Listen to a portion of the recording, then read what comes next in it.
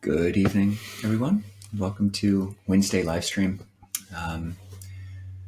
We're this evening going to be continuing on from our retreat, which Ajahn Nisabho and I led last weekend. We were at Cloud Mountain Retreat Center in Southern Washington, and we were teaching on the 5 khandhas, the 5 aggregates of being, and talking about and suggesting ways to make them from being burdens to being blessings. So that was the whole gist of the retreat. And we got a lot of questions, especially the second day. So we thought this is the questions.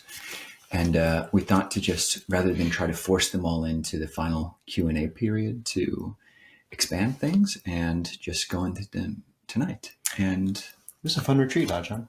Yeah, it was a nice retreat. About 45, 50 people. Yeah, we moved to Seattle without realizing our name would be almost the same as Cloud Mountain, so they've been very gracious about forwarding emails to us, and likewise. So, yeah. Well, before we go into this, Ajahn, would you want to talk about the 5 aggregates, or at least say what they are? People might not everyone might know. Yeah, thank you. So we have the 5 khandhas as they're translated in Pali, and these are the kind of focal points of identity that the Buddha laid out, namely rūpa, which is the body, form, vedana, feeling, saññā, perception or cognition, I believe Bhante translates it as, saṅkhārā, which is mental formations or mental activity, and viññāṇa, sense consciousness. So that might sound a bit esoteric, but basically, these are the things that we take as me and mine, and they were the subject of the second of the Buddha's seminal discourses, the Pheṇa Sutta, and issued the first 5 Arahants into full awakening. So they're a deeply powerful framework to look at. Do you mind if I talk a little more? Then I'll give it to you, and we can kind of flesh things out a little. The 5 aggregates generally are used by the Buddha to uproot delusion, avijja, whereas the 6 sense bases are often used to uproot lust or craving. And the Buddha used this beautiful analogy to point to the insubstantiality of each aggregate, where he said form is like a sort of piece of flotsam or foam floating down a river. So it looks solid, but it's just made of a bunch of insubstantial bubbles. Just like the body looks solid and cohesive, but really just a constituent or amalgamation of bones, nails, teeth, blood, skin, etc. Vedana, the Buddha compared to the bubble of water that forms on the surface of water after it's hit by a raindrop. So I think of this often as when a sense impression hits us, it's the response of the citta in terms of pleasant, painful, or neutral. Just like when a water droplet hits the surface of water, there's that responding water bubble that comes up from the surface of the water. Saññā, the Buddha compared to a mirage. So perception, these labels we apply to anything we see, hear, etc., enemy, friend, or this or that person. And they seem substantial, solid, and yet just as when you're driving down the road or the freeway and see a distant kind of glimmer that looks like a pond, but it's just the heat or light reflecting off the asphalt. Similarly, saññā is just insubstantial. Saṅkhārā, mental formations, which is the most complicated of them all. It's both the act of creating, the act of concocting, the impulse to concoct, and the concoction itself. So it's the programs we run, and it sort of constellates all the other aggregates into these programs. So you see your boss, you're afraid. Saññā comes in and labels it an enemy.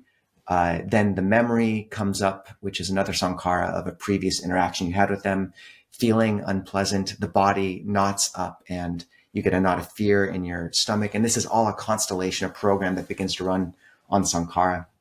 And the Buddha compared saṅkhārā to a banana tree. And banana trees, they basically look solid, but if you cut them open, it's just leaf after leaf in various sheaths. There's no center wood, so there's no center of saṅkhārā. It's just layer after layer. And similarly, once you dismantle those constellations, there's nothing really substantial in them.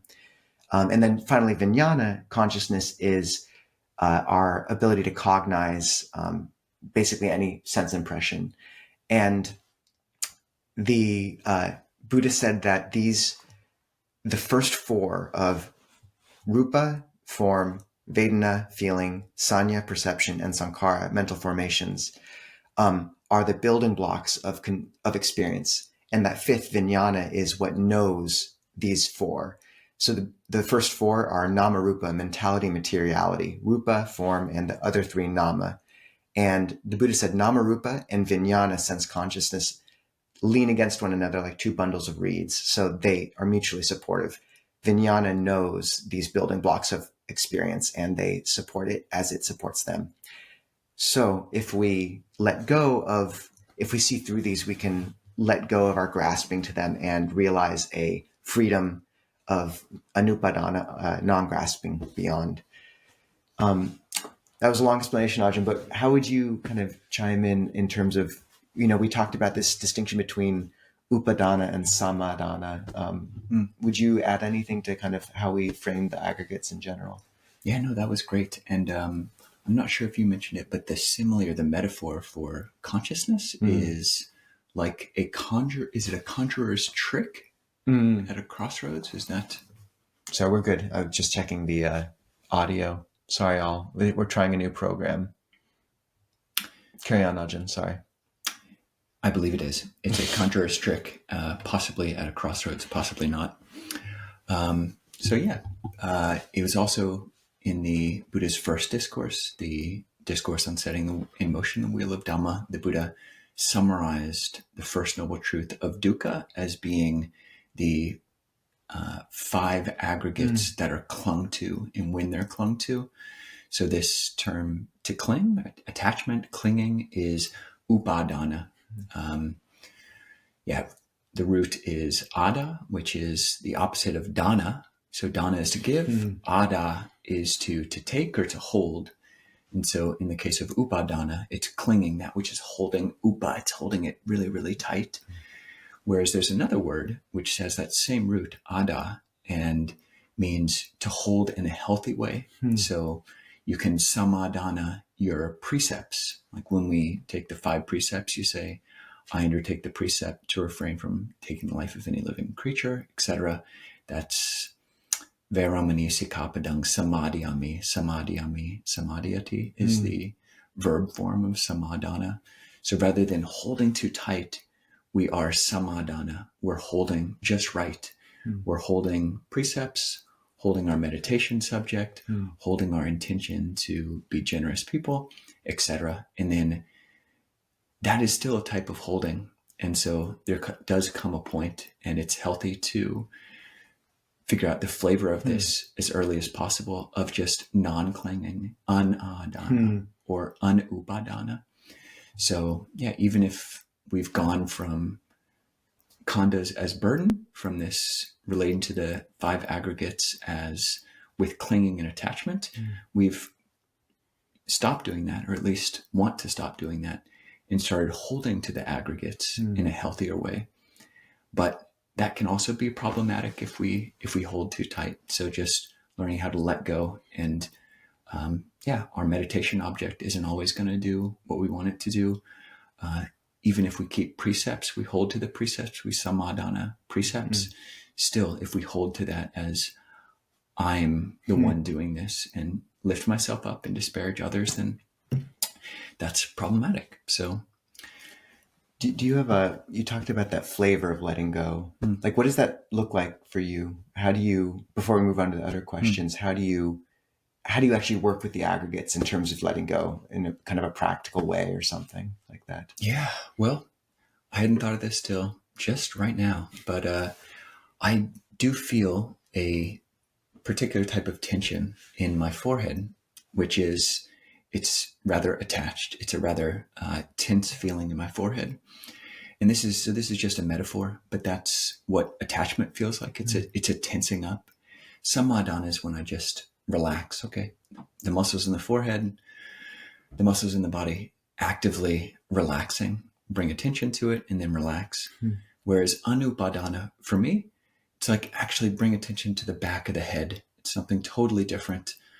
No longer so projecting into the future, projecting me into my surroundings, but just back of the head, behind the body, space. It's not even, it's not a problem. There's no tension. It's a totally different way of looking at experience. So you talked a good deal about how to expand into consciousness, and that was useful in that same kind of expanding motion. So yeah, doing it through the body or through visual sense or through hearing door. So should we go into some of the questions and we can maybe come back? Yeah, and just to apologize, we are trying a new program now, and it seems to be a bit in and out of audio. So I might be fiddling around trying to fix that, but we'll upload a high quality recording after this. So just be patient with us. But this is a Q&A session, so feel free to type questions into the chat, and we will get to them, even if it's just us that can actually hear our answers. But we'll begin with this pile of questions, Ajahn. So, Ajahns, any further thoughts on cosmology shaping Buddhist beliefs, especially regarding rebirth ideas? I think where I go with this is there was a tendency, or is a tendency, in culture so grounded in dry materialism to dismiss rebirth as later historical interpolation, it's kind of historical baggage that the Buddha didn't actually teach, but brought in later, or used perhaps just because it was kind of prevalent in the culture. And I'd say that how I'd kind of address this question is, for me, it indicates like, why is this part of the handful of leaves that the Buddha taught? You know, the Buddha said to the monks, many of you know this sutta, what is more, the handful of leaves here, or all the leaves in the sal grove around me? And the monk said, Lord, the leaves in your hand are few, those in the sal grove are many. And he said, even so, monks, that which I have experienced by direct knowledge is like all the leaves in the sal grove. That which I teach is just the leaves in my hand, suffering, dukkha, and the end of suffering, dukkha. So you hear something like a belief in rebirth and wonder, why did the Buddha place such emphasis in it? And he really did. Of the three tevijja, the insight knowledges at the night of his awakening, two of them had to do with rebirth. One was a recollection of his own rebirths. And then the second was a vision of other beings' karma, leading them to new birth. And then the third was the ending of the asava effluence. And, you know, you can interpret rebirth in a day-to-day way, but I think it was something the Buddha taught as a literal truth as well. And I think the reason he considered it essential or useful is it really opens and broadens your perspective on the situation. We're in the full catastrophe, as I think it's Pema Chodron says, in the sense of, it's one thing to understand our situation as a fraught existence from childhood to death of 80, 90 years, if we're lucky. And it's a whole nother to understand that this human rebirth is one moment among kind of infinite regression. The Buddha said samsara is without a discernible beginning. And it's an extremely good rebirth, which is unbelievably fortunate. And the sense of dispassion and disenchantment with the pleasures of the world and the turning towards a spiritual trajectory with that vision is potent. And I find it really does make a difference to me to hold that view. But, you know, the Buddha was clear that I don't have direct experience of rebirth or my past lives. And it's more something one can hold as a working hypothesis. There's a lot of 1 year to live clubs to see, like, how would you change your life if you just 1 year to live? And I think Ajahn Tanisara has suggested, 1 year of really believing rebirth. How would that shift your life? And I find it is meaningful. So would you add anything to that, Ajahn? No, I actually don't understand the question. But fortunately, there's an extra question, which is different-ish topic. Do you have anything to add to what you No, already but our said? audio seems to be back good. So go us. Great. Okay. Any Buddhist psychology and or Buddhist chaplain programs that you know of and are able to share? There are a number of Buddhist chaplaincy programs. The one that I've known several people who've taken is through the Sati Center for Buddhist Studies in Redwood City, California.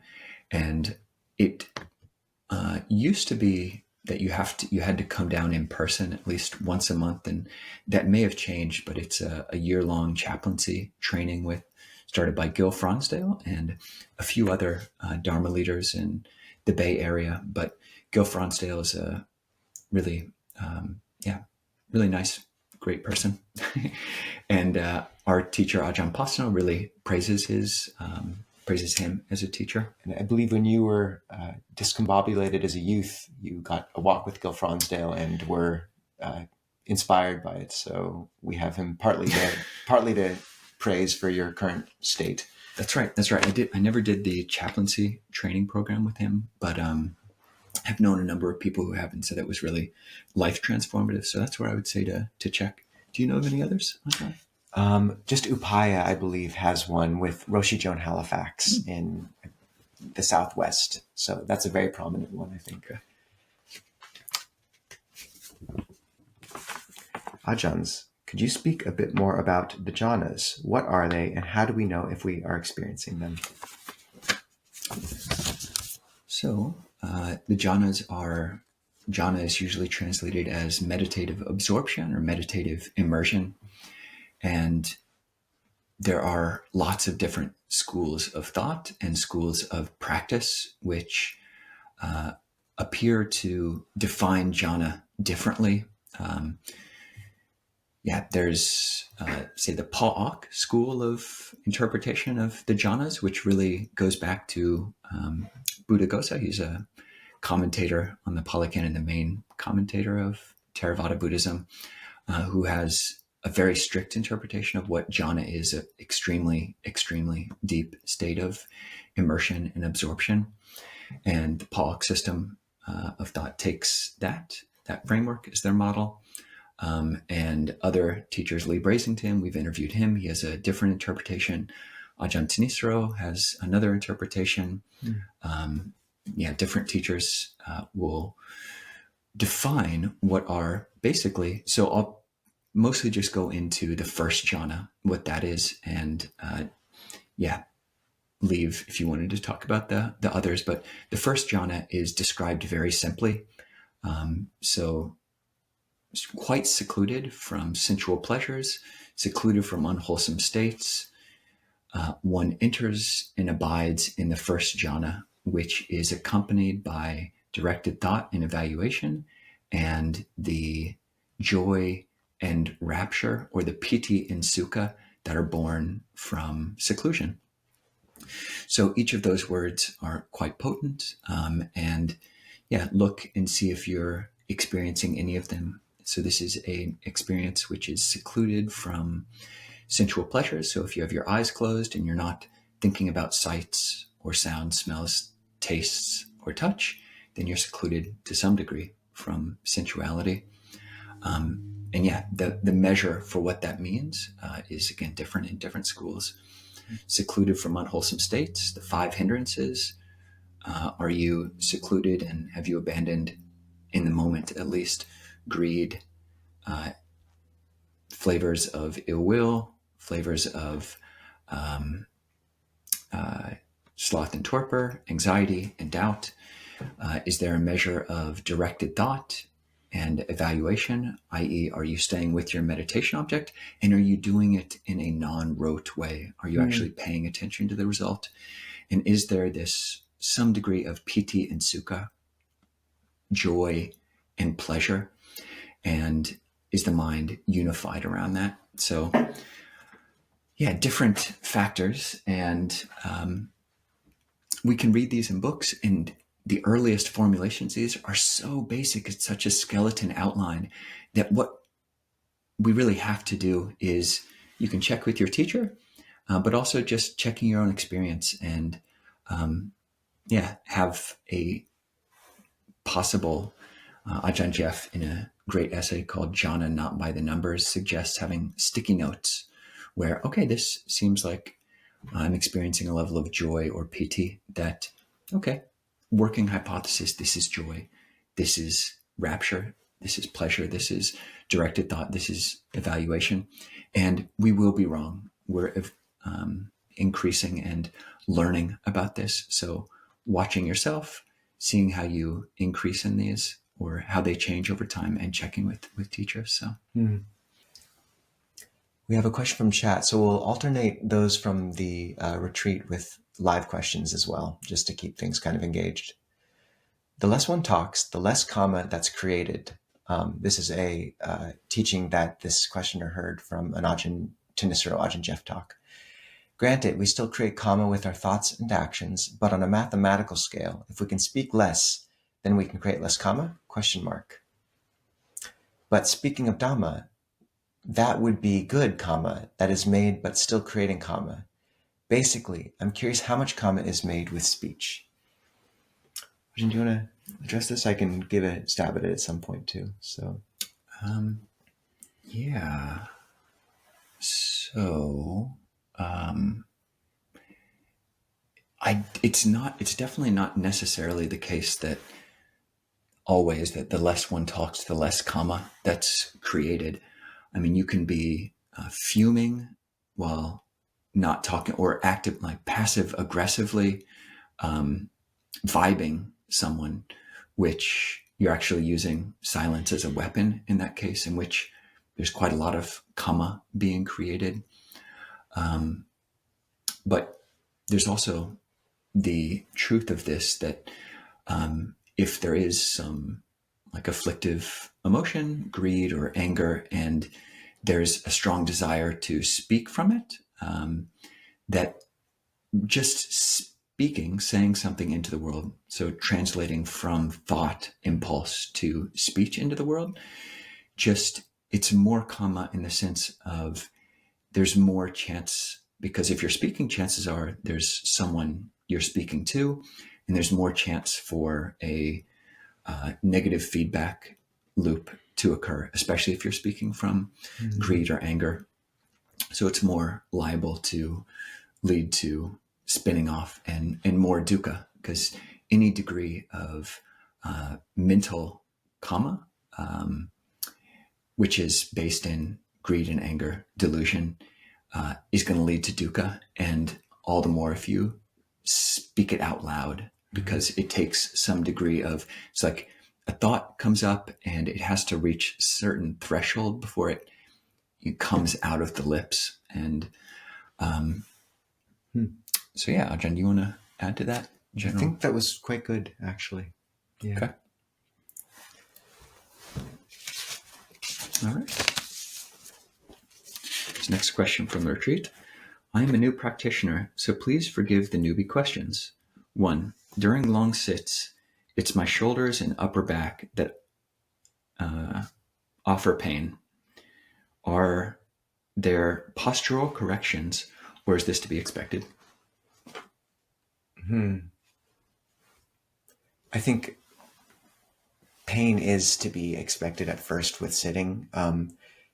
You do want to adjust posture as much as you can, and people do, including me, struggle to keep the upright posture as much as we should.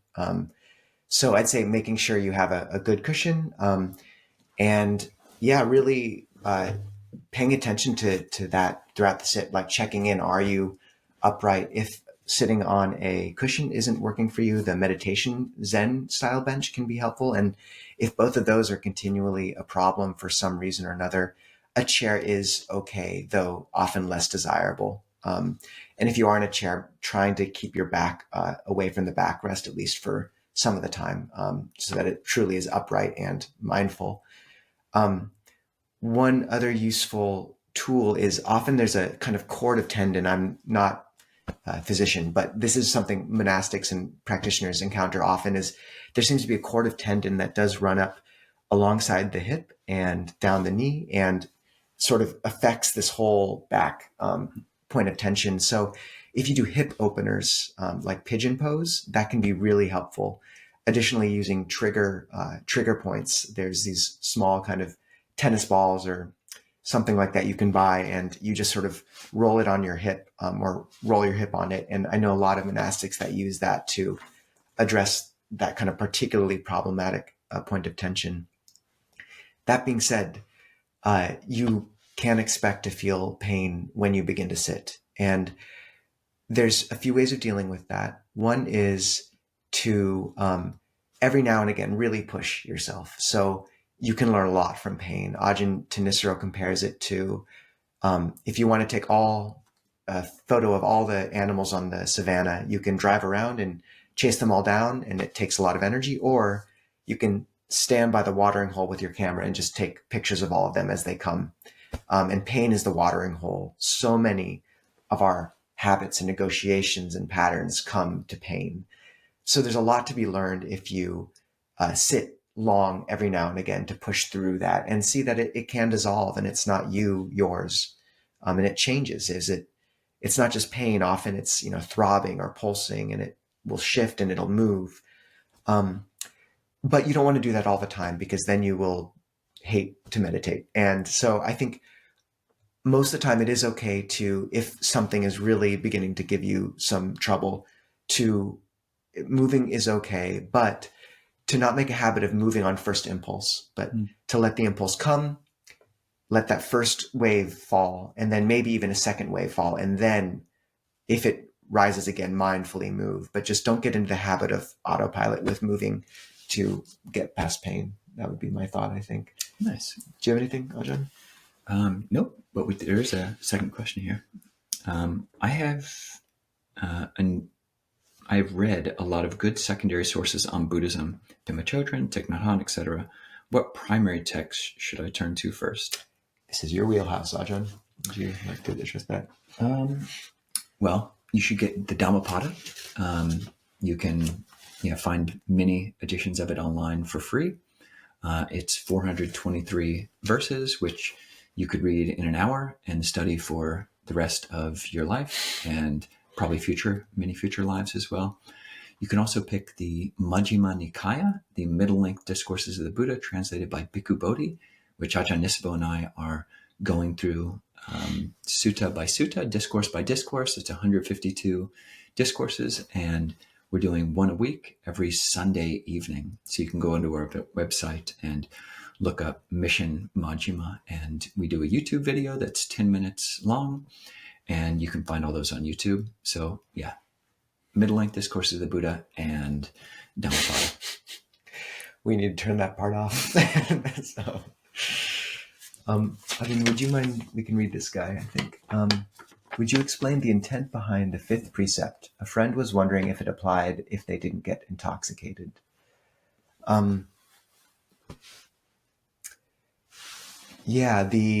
This is a question that comes up, and in the Theravada monastic tradition, we do tend to advise holding it. We do advise holding it as intoxicants completely off the table. And it is a fascinating question, because, if you're drinking one glass of wine, what's really the issue?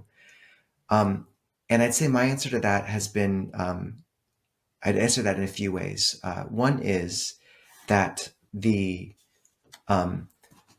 if you really consider the Buddha's picture of the scope of samsara and the preciousness of a human rebirth, where we have this faculty of mindfulness, it's so rare that to have that is unbelievably precious and sacred. And so the idea that you would compromise that at all is like a bit anathema, or it's not appropriate. The second is the idea that, even if, I remember as a child, if my dad had one glass of beer, he keeps the 5 precepts now, but if my dad had one glass of beer, like, I really noticed. And as a child, you notice when your parent has one drink, like, it changes them. The third is that if it's just, maybe you can stop at one drink, but many people cannot. And so if you are having, if you're in a society where everyone is always drinking, it's just part of the milieu. And to have a few people who are holding that standard of not, of abstaining completely is worth a lot. Because it's a great act of compassion to those who might not have the self-control you have.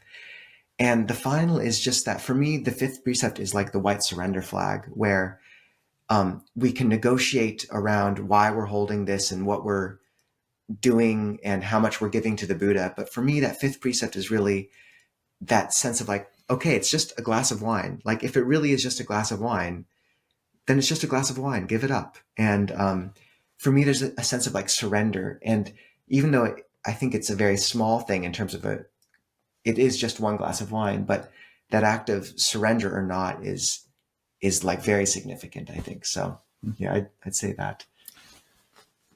Can I ask you one, Ajahn, or? Sure. Okay. Is it possible for an unpleasant vedana to always be unpleasant and stay unpleasant? Just thinking, perhaps the craving and dukkha that arises just softens with mindfulness. Reactions diminish, but that sense contact stays unpleasant, i.e. snoring. Is it possible for an unpleasant feeling to always be unpleasant and stay unpleasant? No, it's not possible for any feeling to stay the same. A pleasant feeling is not going to stay pleasant forever. An unpleasant feeling is not going to stay unpleasant forever. A neutral feeling is not going to stay neutral forever. There's a great incisive quote from a bhikkhuni named Dhammadina in the canon, where she notes that unpleasant feeling, so pain or dukkha is dukkha, unpleasant feeling is unpleasant when it persists, and it's sukha, it's pleasant when it goes away. That pleasant feeling, sukha, is sukha when it stays and dukkha when it goes, and that neither pleasant nor unpleasant, i.e. neutral feeling, is dukkha when it is not known, but it's sukha when it's known, which is fascinating. It really does point to, this is something to look out for, is when Bhante Analayo says, and I do believe it works out via the Abhidhamma, but that when there is mindfulness, there is also some degree of piti, or pleasant mental sensation that's happening when you have mindfulness.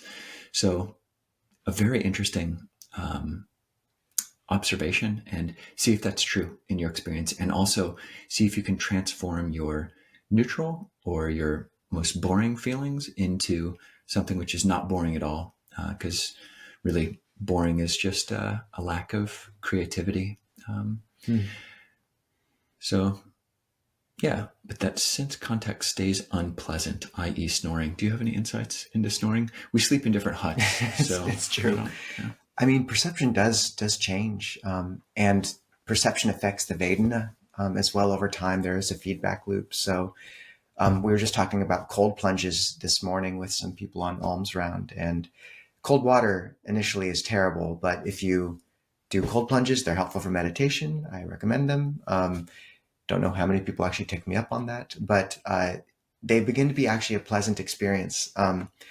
And there's also just really skillful perceptions you can apply this to in daily life as well. Ajahn Jayasaro was mentioning, if you have a relative with dementia who tells that same story again and again, just that shift in perception of kind of thinking of it like you're chanting with them. Oh, like this one again. I love this one. And it's the same story, the same kind of what would lead to unpleasant vedana based on a perception of like, oh, they're going on about this again, to, okay, this is a nice thing I can do with someone whose mind is, has faded a bit. And it's a good story, it's like chanting together. And so I think a big part of Dhamma practice is skillfully changing those perceptions. And Han Shan, a Zen master, said, after time, all of practice becomes pleasant, because when things are pleasant, they're pleasant. And when they're painful, it's a chance to use their Dharma strength, which is pleasant. So I think we'll have to take more of these questions, because we are running out of time and we have many of these to go through. Okay. My question is about practicing with children. As a mom of young children, I see how their sense of self is coming together, and how that at this stage could be contradictory or hard. At the same time, they are also sponges of goodness and care. Does the Theravada tradition make any reference to this? Is he? Sorry.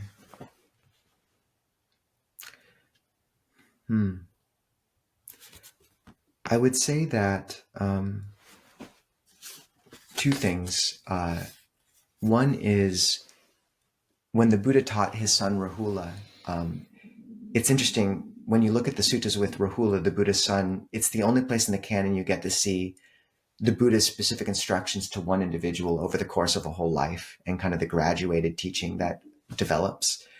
And his first teaching to Rahula is on honesty, the importance of honesty, and the importance of being observant about your own actions and their harm or benefit. And that's such a simple but beautiful framework to give a child. And the Buddha said in other places, give me a person who is sincere and honest, and I will train them. So that grounding, I think, is a powerful thing to articulate, and putting their self on firm footing in that sense. But because we do have to develop a healthy sense of self, even in Buddhist practice. And then also, we were talking with Gregory Kramer recently, and he was speaking about how with his children, he would every night kind of read a bedtime story to them, or even make one up or something, which was fun for him. And then they would do loving kindness meditation, and that sponginess of goodness, really honoring that by the Brahma Viharas are a powerful practice, and you can give that to your children. And then finally, I heard about someone recently who would have their child meditate, and they drop an M&M in a bowl every minute they did it. So Smart. We haven't done that with each other yet, but it's a interesting strategy. So yeah. Anything to add to that, Ajahn? No, I like the M&Ms. No, okay. Considering the first precept around not taking another life, I'm curious how this belief interacts with abortion, death with dignity, and suicide. It seems compassion is tied up in these as well. All right, we got 4 minutes. Let's see. Abortion, death with dignity, suicide. Okay. Let's see. Okay, 3 minutes now. Okay, 1 minute for each.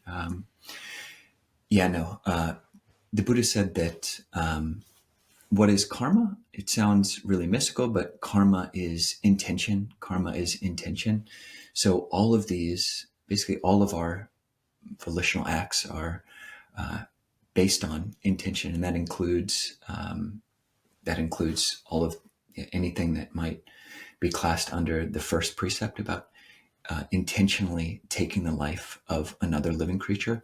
It's not an offense if it's not intentional. So if I accidentally, waved my hand over here, just gesturing and, killed Ajahn Nisabho, then it wouldn't be an offense.